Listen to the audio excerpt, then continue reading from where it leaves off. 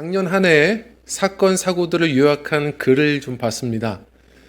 그런데 첫 번째로 거론되는 게 무엇인가? 기억나시죠?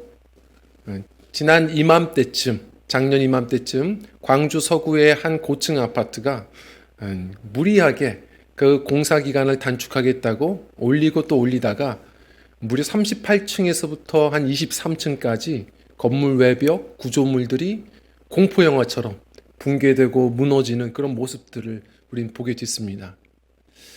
참 신비롭습니다. 제가 왜 또 계속 거론하냐면 그 문제가 지금까지도 법정 공방이 아직 다 끝나지 않고 이어지고 있다 말하더라고요. 제가 왜 신기하냐면 우리나라의 건설사들은 사실 세계적입니다. 세계적으로 실력이 있고 곳곳 나가서는 정말 대단한 건물들을 세워가고 있거든요. 그러나 우리 한국에서는 아직 사회적 안전 시스템이 좀 미비되어 있든지 또 뭐 중대재해법 이런 것들이 제대로 또 잘 되어 있지 않든지 그래서인지 우리가 욕심이 또 무리해서 시간 빨리 뭔가 건축해 나가려고 하다가 대부분 실력이 없어서가 아니라 부실이 되는 경우들이 가끔 발생하는 걸 보게 되죠. 성도님들, 우리는 늘 성장을 꿈꿉니다. 저는 교회도 이번 한 해 하나님, 우리 교회가 이런저런 사명을 감당하기 위해서는 양적 부흥도 성장도 있어야겠습니다. 제가 좀 구하고 기도하게 되더라고요. 자, 그런데 우리가 주의해야 될 부분이 있는 겁니다. 무조건 빠르게, 크게, 높게 성장하면 되는 것인가? 그건 위험할 수도 있다는 겁니다. 무조건 크다고 다 좋은 건 아니죠.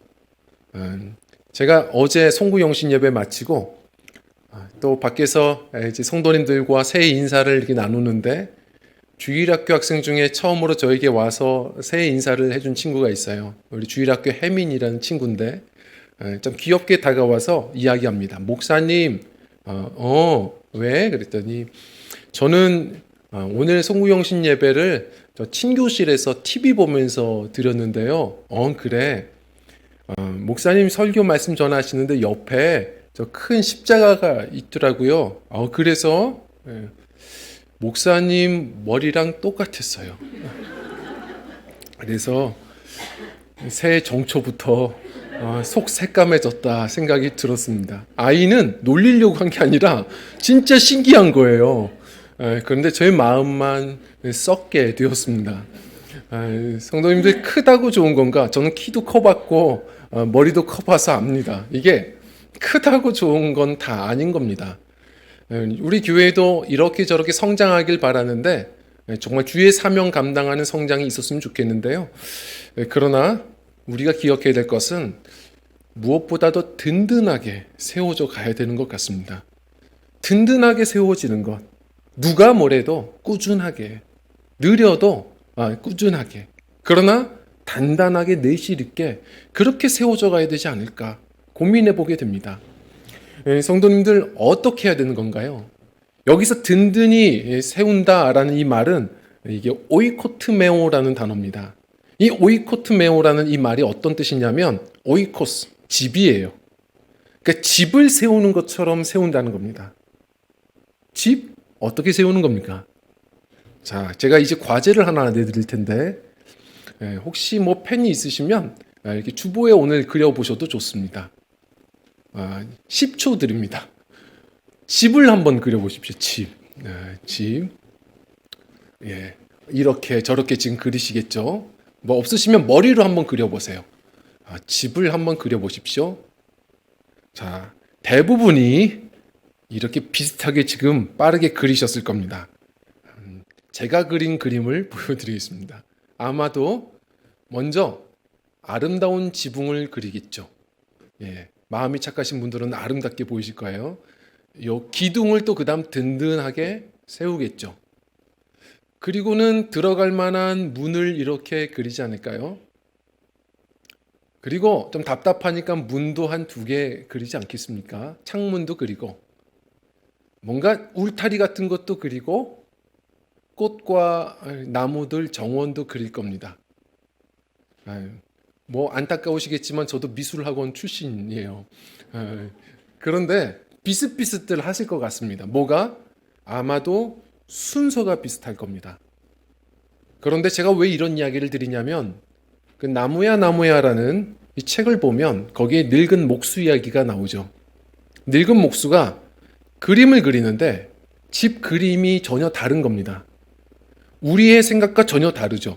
순서가 달라요. 먼저 주춧돌부터 그리고 그 주춧돌 위에 기둥을 그리고 든든한 벽을 세우고 그리고 석가래 같은 것도 그리고 지붕을 올립니다. 그 다음 필요한 인테리어를 하는 거죠. 이 책에서 이야기하는 것 저는 참 크게 공감했는데 머릿속으로 집을 그려본 사람들과 집을 직접 지어본 사람들의 그림은 순서가 전혀 다르다라고 얘기합니다. 성도님들, 우리는 든든하게 세운다는 것, 우리 생각으로 갖다가는 문제가 많을 겁니다. 우리의 신앙은요, 그리고 믿음의 가정은, 그리고 특히 하나님의 집 교회는 성령의 전이라고 말하는 겁니다. 성령이 지어가시는 겁니다. 오늘도 든든히 세우고, 이것은 무슨 뜻이냐면 이게 수동태로 되어 있어요. 우리는 순종할 뿐이지 성령께서 세워 가셔야 됩니다. 우리는 그 성령에 또 순종하여 계속해서 또 말씀 안에서 순종하며 가야 되는 거죠. 그럴 때 든든해져 가는 거 아닐까요? 근데 그 성령께서 항상 짓는 그 신앙의 집은 기억하셔야 됩니다. 주춧돌부터입니다. 주 나의 반석이신 예수님이 우선순위여야 합니다. 이번 한 해 어떤 비전들을 가지고 계시는지 모르겠습니다. 그런데 신앙 성장, 가정의 평화, 그리고 무엇보다 교회의 성장을 우리가 꿈꾼다면 먼저 다른 변수들은 많을 겁니다. 우리의 상수는 예수 그리스도. 우리 주님과 연합하여서 이 한 해는 주님과 함께 걸어가는, 그래서 주님께서 친히 운행하셔서 더 많은 풍성한 복과 결실들을 누리는 그런 한 해가 되어야 할 줄 믿습니다. 그래서 오늘의 이 주제, 우리의 표어인데요. 든든히 세워져 가는 교회예요. 든든히 서가는 교회. 그런데 그 부제로 제가 세 가지를 말씀을 드렸습니다. 성도님들, 이번 한 해 어떻게 우리가 든든히 서갈 것이냐, 우리의 신앙, 우리 가정, 교회 어떻게 든든히 서갈 것이냐, 3동입니다. 주님과 연합하셔야 돼요. 자, 어떤 동입니까? 우리 따라하겠습니다. 동거, 동행, 동력. 세 가지로 함께 가보는 겁니다. 우리 주님과 동거하고 말씀으로 삶에서도 좀 동행해보고, 그리고 주님이 맡기신 사역이 있다면 주님과 주님의 능력으로 한번 일해봐서 이 안에 우리 주님께서 주시는 풍성한 결실이 있는 복된 새해 되시기를 주의 이름으로 축원합니다. 자, 우선 먼저 순서대로 가봅니다. 우리 첫 번째로는요, 우리 함께 따라하겠습니다. 동거. 우리 오늘 말씀을 좀 한번 읽어볼까요? 말씀입니다. 시작. 그리하여 온 유대와 갈릴리와 사마리아 교회가 평안하여 든든히 서가고 주를 경외함과 성령의 위로로 진행하여 수가 더 많아지니라. 아멘. 자, 우리가 아름다운 성장이 있으려면 기억해야 합니다. 먼저 평안해야 됩니다. 평안해야 돼요. 자, 그걸 우린 다 압니다. 내가 잘 신앙이 성장하려면 먼저 평안해야겠죠. 우리 가정도 행복하려면 먼저 평안해야겠죠. 특별히 교회가 성장하려면 평안해야 됩니다. 자, 그런데 이게 문제입니다. 저마다 평안의 방법과 생각들, 계획들이 다 다릅니다. 교회는 이래야 평안해. 내 생각대로 가야 평안해. 내 방법, 내 생각들을 죽이지 못해서 우리는 교회를 평안하게 해야 돼 라는 것 때문에 내 주장들이 서로가 부딪혀서 오히려 교회는 싸움판이 될 때가 많습니다. 우리 내 생각대로 되는 것이 평안이다? 그것부터 내려놔야 됩니다. 제가 이번에 다시 한번 결단을 했어요. 얼마 전에 이제 우리 교회 차량, 우리 렌트하는 차량 중에 하나를 우리가 이제 교회로 이제 승계를 하기로 결정을 했죠. 승계하기 전에 좀 정비를 제대로 좀 받아야 되겠다 생각을 해서 신청을 했습니다. 그랬더니 또 그 렌트카 회사에서 저희가 이렇게 해보겠습니다 하는데, 저는 그런 걸 남에게 맡기는 게 좀 불안해서 제가 할게요. 협력사만 알려주십시오. 그랬더니 협력사를 알려주는데 또 잘 모르는 곳이에요. 더 못 맡기겠더라고요. 그래서 제가 직접 가서 또 설명하고 얘기도 해보고 해야겠습니다. 제가 다녀오겠습니다. 직접 갔다 올게요. 거기다 연락만 해주십시오. 다 말하고서 제가 친히 운전하고 갔죠. 자, 가서 정비소에 도착을 해서 주차를 제가 했는데 사고가 났습니다. 제가 사고가 나서 뒤에 간판, 튀어나온 간판과 이렇게 부딪혀 버렸어요. 거기서 나오면서 정비소 직원이 얘기해 줬습니다. 정비소에 와서 사고 내신 유일하신 분이라고. 성도님도 우리는 깨달아야 됩니다. 내가 해야 된다? 내가 생각한 대로 가야 옳다? 우리 그것부터 내려놔야 됩니다. 교회는 성령의 전입니다. 우리 주님께서 친히 이끌어 가시는 곳이 되어야 합니다. 성도님들, 이 평안은 편안함이 아닙니다. 사도행전 9장을 앞에서부터 보시면 알겠지만 교회들이 심각한 핍박을 받았을 때입니다. 우리의 이 한 해에도 여러 가지 핍박, 내가 생각하지 못한 변수들이 많을 겁니다. 그러나 평안은 평안의 주님 안에 거할 때 누리는 은총입니다. 자, 오늘 말씀을 한번 가만히 깊이 생각해 보시죠. 그리하여 온 유대와 갈릴리와 사마리아 교회가 평안하여. 자, 어디가 평안하대요? 유대, 갈릴리, 그다음 사마리아 교회가 평안하답니다. 우리가 이렇게 지역명을 얘기하면 갑자기 또 머리가 어수선해지죠. 근데 이스라엘 지도를 좀 보실 필요가 있습니다. 보여드릴 텐데요. 아주 간단합니다. 이게 이스라엘 지도예요. 지금 저 대륙의 육지의 가운데 부분을 보면 이렇게 강줄기가 있죠. 그게 요단강입니다. 그리고 위아래로는 작은 동그라미, 큰 동그라미가 있어요. 저는 그래서 성경 공부 가르칠 때에는 많은 분들이 그렇게 사용하는 것처럼 저도 닭다리로 가르쳐요. 닭다리. 그냥 위에가 손잡이고 밑에가 닭뼈고 밑에가 먹음직한 닭살이 있는 이 닭봉으로 가르치면 이스라엘 지도는 끝납니다. 위에는 손잡이는 이제 갈릴리 바다고요. 닭뼈는 요단강이고 먹을 것 많은 밑에 살이 그 짠 바다, 염해가 많은, 우리 성지순례나 혹시 그런 TV에서 비슷한 어떤 그런 화면 보면 사람들 둥둥 떠다니는 그런 사해입니다. 벌써 배고프시죠? 닭다리에 소금에. 이게 바로 이스라엘 지도의 전부예요. 간단하죠. 자, 그런데 요 지도 그대로 보면, 요 옆을 보면 지명이 그렇게 되어 있습니다. 아래가 유대 지방입니다. 그리고 가운데 중부 지역이 사마리아입니다. 무슨 말이냐? 이곳은 아픈 역사가 있습니다. 이 아래와 위, 유대와 사마리아는 오랫동안 북이스라엘, 남이스라엘로 나눠져서 철천지 원수입니다. 그래서 예수님의 말씀, 이걸 알면 이해가 좀 되실 겁니다. 선한 사마리아인의 비유, 그리고 예수님이 직접 사마리아 이 수가성 여인을 만나 복음 전하시는 것, 이것은 간단한 얘기가 아니라 당시에는 충격적인 이야기였던 겁니다. 유대인들은 사마리아와 상종을 하지 않습니다. 자, 그랬던 유대와 사마리아. 그리고 그 위는 뭡니까? 갈릴리. 갈릴리는 오히려 저 끝에 다시 말해 그것은 변방입니다. 오래전 솔로몬 왕이 통일왕국 왕이었을 때 이 성전, 아버지가 성전 재료를 사오시려고 남의 나라에 빚졌던 것을 빚 갚을 때 그냥 갈릴리 땅 주겠다고 했어요. 자기 땅인데 자기 나라 땅을 그냥 주겠답니다. 왕도 버린 땅이에요. 버림받은 곳. 저곳은 서름이 많은, 한이 많은 곳입니다. 그곳에서 예수님은 활동하셨죠. 자, 이런 겁니다. 이게 보이시죠? 교회가 그런 겁니다. 교회는 참 바뀌라면 상종하기 싫은 사람들이 모이는 곳입니다. 정말 성향 다른 유대와 사마리아가 모이는 곳이 교회입니다. 어디 그런 공동체가 있습니까?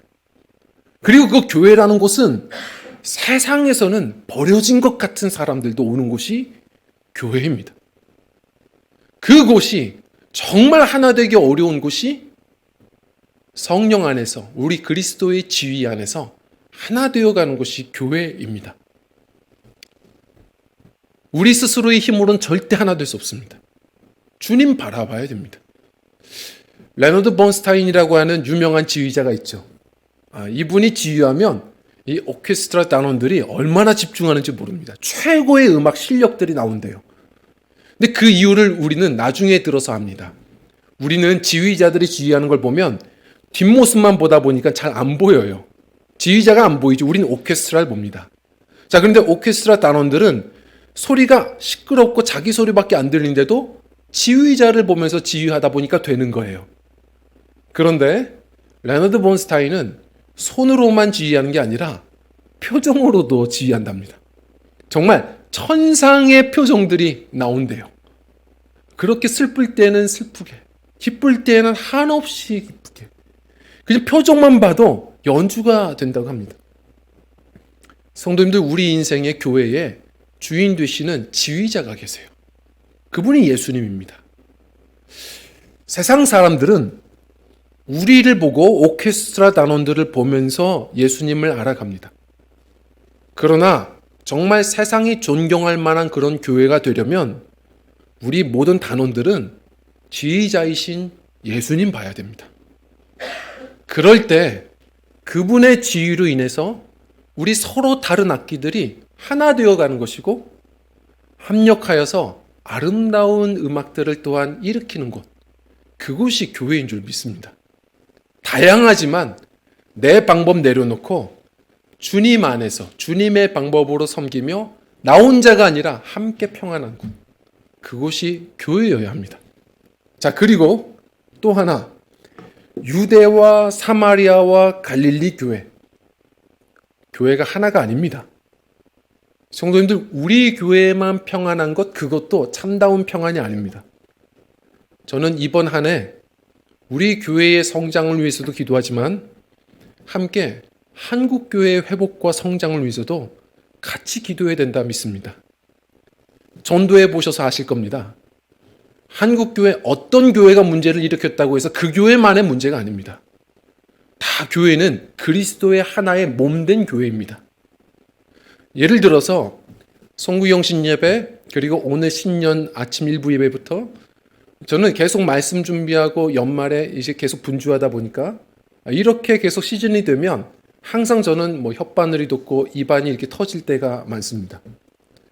그런데 그런 저를 보고 성도님들이 아유 목사님 요즘 피곤하신가 봐요 이렇게 말씀하시지, 아유 목사님 입술이 수고가 많았네요 이렇게 말씀하신 분은 없습니다.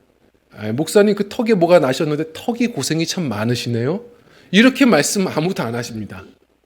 성도님들, 우리는 그리스도의 몸 다 지체예요. 온 교회 성도들도 지체지만 온 교회들이 다 신앙 고백하는 교회라면 한 교회입니다. 자, 그렇다면 기억해야 됩니다. 한국교회 어떤 교회 머리가 지긋지긋하죠. 왜 그 교회는 그런 문제를 자꾸 일으켜? 왜 그 교회는 그런 문제를 일으켜서 문제야? 고생이야. 우린 그렇게 비판할 때가 많습니다. 그 비판을 거두셔야 됩니다. 그 교회가 문제가 일어났다는 것은 정말 신앙 고백하는 교회라면 우리 지금 전체 그리스도의 몸된 한국교회가 같이 쇠약해지는 겁니다. 우리가 몸이 피곤하다 보니 어디가 터지는 겁니다. 그 교회만의 문제가 아니라 우리 모두가 지금 함께 뭔가 쇠약해지고 있는 겁니다. 우리가 함께 깨닫고 주님 이 한 해 우리 한국교회가 다시 주님 은혜 안에서 회복되게 하여 주시고 특별히 우리 몸된 우리 지역교회, 우리 드림교회 본이 되어서 우리 지휘자이신 주님 바라보고 우리가 섬기고 주님 뜻대로 함께 나아가서 주의 평안 안에 우리 드림교회가, 한국교회가 우리 부흥 성장케 되는 복된 한 해 되게 하여 주십시오. 우리 기도하시는 우리가 되기를 주 이름으로 축원합니다. 또 하나는요, 우리 함께 우리 따라하겠습니다. 동행해야 됩니다. 오늘 제가 성가 찬양을 들으면서 기대도 했고 너무 또 은혜를 누렸습니다. 주 나의 목자, 여호와는 나의 목자. 이것보다 대단한 고백이 있습니까? 성도님들, 우리는 다윗이 이야기한 것처럼 양입니다. 오직 하나님만이, 우리 주님만이 우리의 목자 되십니다. 우린 다 양입니다. 둘러보시면 아시겠지만 가끔 보면 물론 이 안에서 서로 보다 보면 좀 살찐 양도 있고 파마한 양도 있고 안경 쓴 양도 있고 하지만 양은 다 양입니다. 저분은 성깔이 너무 그러시겠지만 성깔 안 좋은 양일 뿐이지 양은 양입니다. 저분은 왜 이렇게 빨라? 달리기 좀 잘하는 양이지 여기 그렇다고 타조나 치타 없습니다. 다 양입니다. 무슨 얘기냐면 서로 비교할 때나 우월감, 열등감이 있는 거지 다 인생 앞을 모르는 근시한 양입니다. 어떤 인생의 고난 다가오면 싸울 힘 없는 다 그저 무력한 양입니다. 그러나 우리가 감사한 것은 양에게는 목자가 있기 때문입니다. 이게 얼마나 대단한 이야기입니까? 언젠가 한 부흥사님 이야기죠. 한 교회의 부흥회를 부탁받아서 설교 준비하시고 행정간사가 전화가 와서 목사님 주보 만들려고 하는데 저희 교회 설교해 주실 제목이 뭡니까? 그랬더니 여호와는 나의 목자시니입니다. 여호와는 나의 목자시니 그게 답니까? 그거면 됐지 뭐가 더 필요해요. 그리고 나서 부흥회에 참여하시고 그리고 설교 강단에 오르셔서 주보를 딱 보셨대요. 혼자 웃었답니다. 이 간사가 잘못 쓴 거죠. 뭐라고 썼냐면 여호와는 나의 목자시니 그거면 됐지 뭐가 더 필요해. 이게 제목이 된 겁니다. 이분이 이게 전체가 다 제목인 줄 알았던 거예요. 그래서 어떻게 이렇게 실수를 하나 하고선 이 강사 목사님이 전화했던 거 기억하고 한참 웃다가 혼자 감동받으신 겁니다.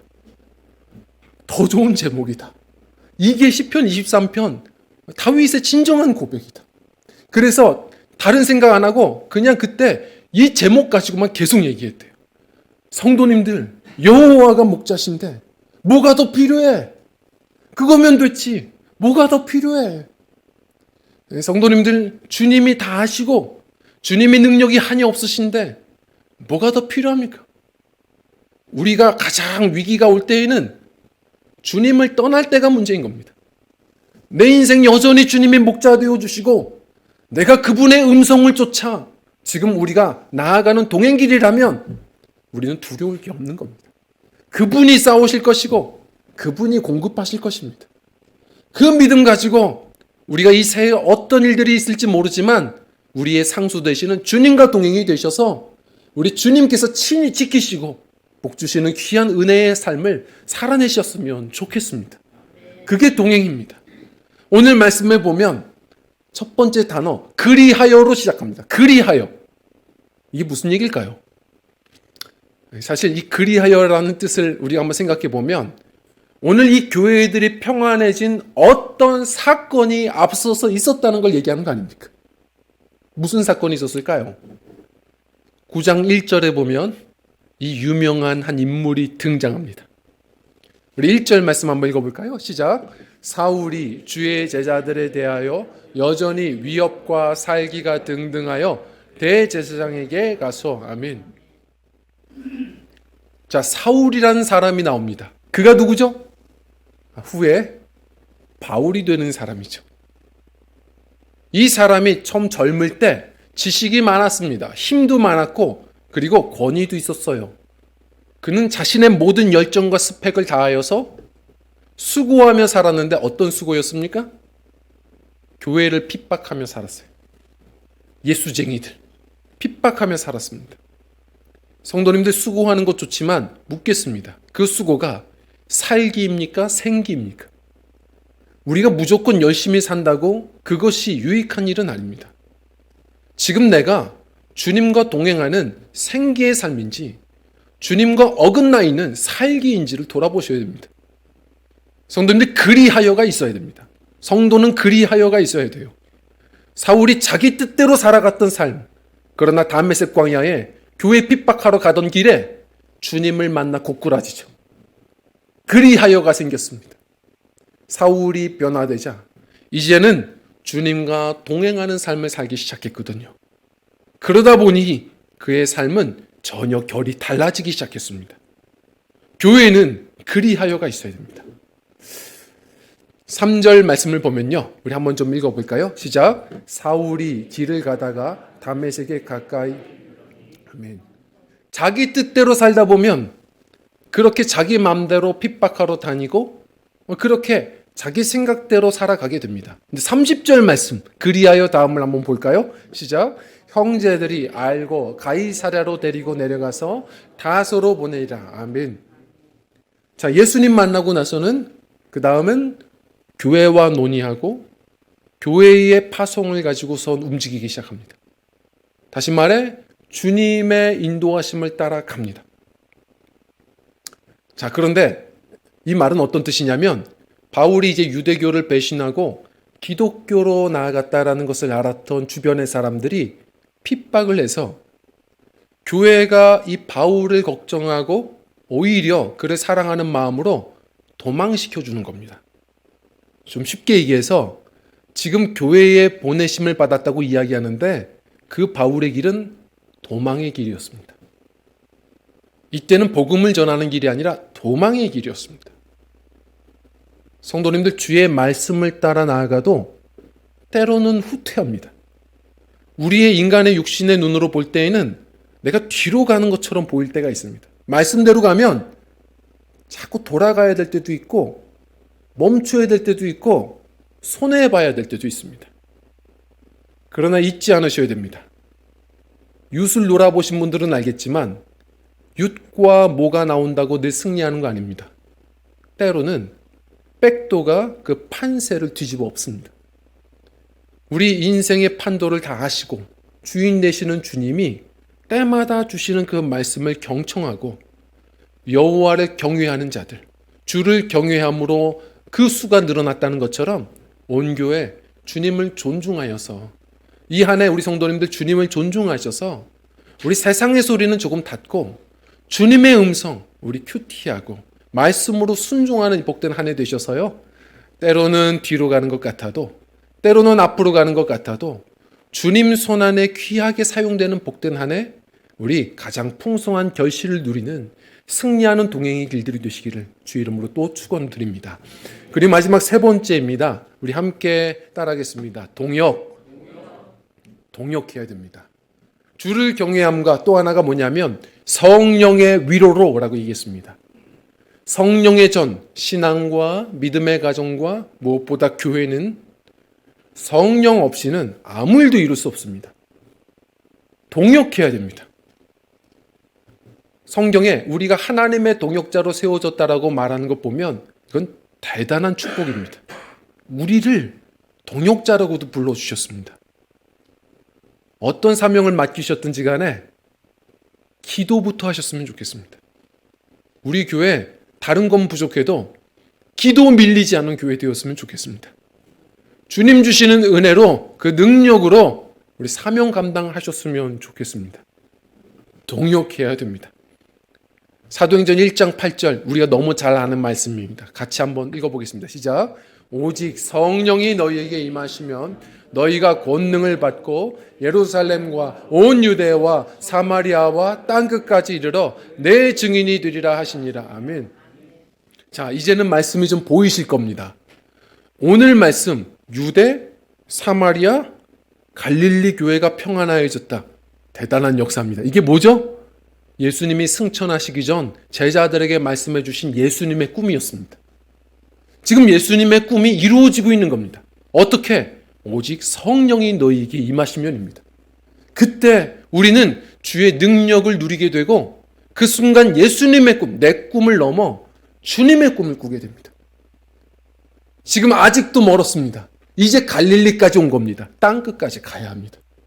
성령으로 충만할 때 우리는 계속 하나님 나라의 꿈을 꾸게 되고 그 일을 이루는 능력을 얻게 된다는 사실을 놓치지 않아야 됩니다. 어떤 분들이 이렇게 이야기합니다. 목사님, 전도해야 됩니까? 전도해야 됩니다. 오늘날 세상 같을 때 전도하면 사람들이 좋아하지 않던데 언제는 좋아했습니까? 성도님들, 그러나 뭘 친절하게 또 여러 가지 방식으로 고민은 해야 되겠지만 그래도 이렇게 저렇게 우린 전도해야 됩니다. 성경도 말했습니다. 전도라는 이 미련한 것, 성경도 미련한 것이라고 말했지만 전도를 통해서 누군가는 듣고 누군가는 또 주님을 만난다. 성경이 말해주는 겁니다. 자, 그런데 전도하면 부흥합니까? 그거는 반은 맞고 반은 틀립니다. 우리는 전도할 뿐입니다. 전도해야 누군가 듣습니다. 그러나 구원은 성령께서 하시는 일입니다. 그래서 먼저 기도하고, 우리 교회도 전도부 이제 창설하여 또 시작하겠지만 함께 동참하셔야 돼요. 토요일 같은 때에는 좀 같이 나와서 전도부 함께 또 뛰셔야 됩니다. 순종하는 겁니다. 우리는 순종할 뿐, 기도하며 성령께서 그 영혼들이 변화될 수 있도록 구해 가야 할 것입니다. 제가 학위 공부를 할 때 설교학을 가르치시던 교수님이 해주셨던 말씀이 있습니다. 이분이 미국에서 이제 유학을 하고 있을 때 한 번은 길을 걷다가 사람들이 거리에서 한 건물 위에 있는 글씨를, 광고판을 보고 있는 모습을 봤다는 겁니다. 뭘 보지? 봤더니 자신이 이해가 좀 안 되더래요. 뭐라고 써 있냐면 impossible, 불가능이라는 말이, impossible이 위에 아래 두 개가 있더랍니다. 저걸 뭐하러 보지? 똑같은 말이 왜 두 개나 써져 있지? 그러고선 지나치려다가 딱 봤는데 위에와 아래가 다르다는 것을 발견했다는 겁니다. 아래는 빨간 점이 찍혀 있더랍니다. 그때에 무릎을 치게 되었고, 이거였구나. 위에는 impossible이고 아래에는 빨간 점 하나 찍혀 있는 거 보니까 I'm possible이 되더라는 겁니다. 점 하나 찍힌 것을 가지고 단어가 판이하게 달라지는구나. 위에는 impossible, 불가능이지만 점 하나 딱 찍히니 I'm possible, 나는 가능해가 되는 거구나. 성령의 역사가 그런 거구나. 눈에 보이지 않으시는 것 같지만 성령이 함께 하실 때 비로소 스가랴서 4장 6절 말씀처럼 이는 네 힘으로 되지도 않고 네 능으로 되지도 않는다. 오직 나의 신으로 되느니라.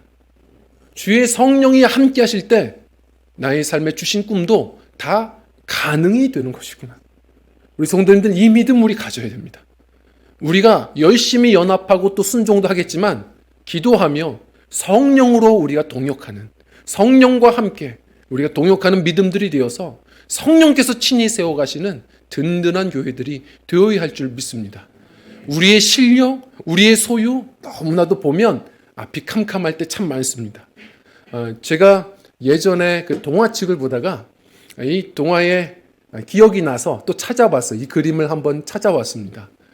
그 아낌없이 주는 나무 다 아시는 그런 동화입니다. 동화 얘기를 하고 싶은 게 아니라 그 앞장을 보면 이 주인공이 어렸을 때의 그 나무 앞에서 놀던 모습, 저는 그 그림이 너무 멋있는 겁니다. 이 모양새 너무 멋있지 않습니까? 나무가 뭐라고? 이 주인공은 그 나무가 너무 좋아서 친구가 되어서 이 나무가 모든 걸 주니까 열매도 주죠, 그늘도 주죠. 너무 좋은 겁니다. 그래서 이 나무 앞에서 그 나무를 배경 삼아 왕관도 나뭇잎으로 엮어서 쓰고 뭐라고 얘기하죠? 그러고는 나뭇잎으로 왕관을 만들어 쓰고 숲속에 왕노릇을 했습니다. 성도님들, 오늘의 말씀은 성령의 위로로 라는 말은 다른 번역하면 성령의 후원으로 라고도 번역합니다. 우리에게는 후원자가 있습니다. 세상은 별것 아닌 나무 하나 가지고도 콧대를 세우고 턱을 높이 들고 고개를 들고 당당한데 왜 이렇게 위축되어 계십니까? 어떤 실패를 했다고? 어떤 부족함이 있다고? 왜 이렇게 고개를 떨구십니까? 눈을 들어 고개 들어 주를 보셔야 합니다. 우리의 후원자이신 성령께서 함께 하심을 믿고 출애굽기에 보면 이스라엘 백성들도 주님의 역사 10가지 재앙 다 보고 나서는 애굽의 병사들 앞에 당당하게 걸어 나왔다고 하지 않습니까? 당당하셔야 합니다. 우리 성령께서 여기까지 함께 하셨고 또한 이끌어 가신다는 믿음 가지고 기도하며 주님과 동역하며 우리 함께 힘있게 우리 사명의 길들을 걸어가는 우리 모두가 되었으면 좋겠습니다. 말씀을 정리합니다. 저는 학생 때 수련회를 가면 할 것 뭐 있어요? 아이들과 풀밭에서 계속 축구하는 겁니다. 신나게 축구하면요, 이 풀들이 다 죽어요. 그게 다 늙고 죽습니다. 근데 중요한 것은 다음날 아침이 되어 보면 그 풀들이 일어나 있는 것을 봅니다. 성도님들, 이게 생명입니다. 가짜 풀들은 주저앉으면 그대로 있습니다. 생명은 연약해 보여도 또 일어서는 겁니다. 생명이 있으면 어린아이들도 누가 뭐래도 자라가는 겁니다. 베드로전서 말씀처럼 우리의 산돌 예수 그리스도입니다. 이 쭈쭈돌이신 예수님과 이 한 해는 한번 더 연합해 보십시오. 동거하고 우리 매사에 말씀으로 동행하고 우리 주님과 성령 안에서 동역하셔서 이 한 해 생명력 있게 우리 많은 무너진 것들이 회복되어지고 우리 주님 주신 많은 사명들을 또 결실 이루어 갈 수 있는, 성장하되 든든히 세워져 가는 우리 성도님들의 신앙, 믿음의 가정, 무엇보다 우리 귀한 교회가 되기를 주님 이름으로 간절히 축원합니다. 우리 함께 찬양하고 기도하겠습니다.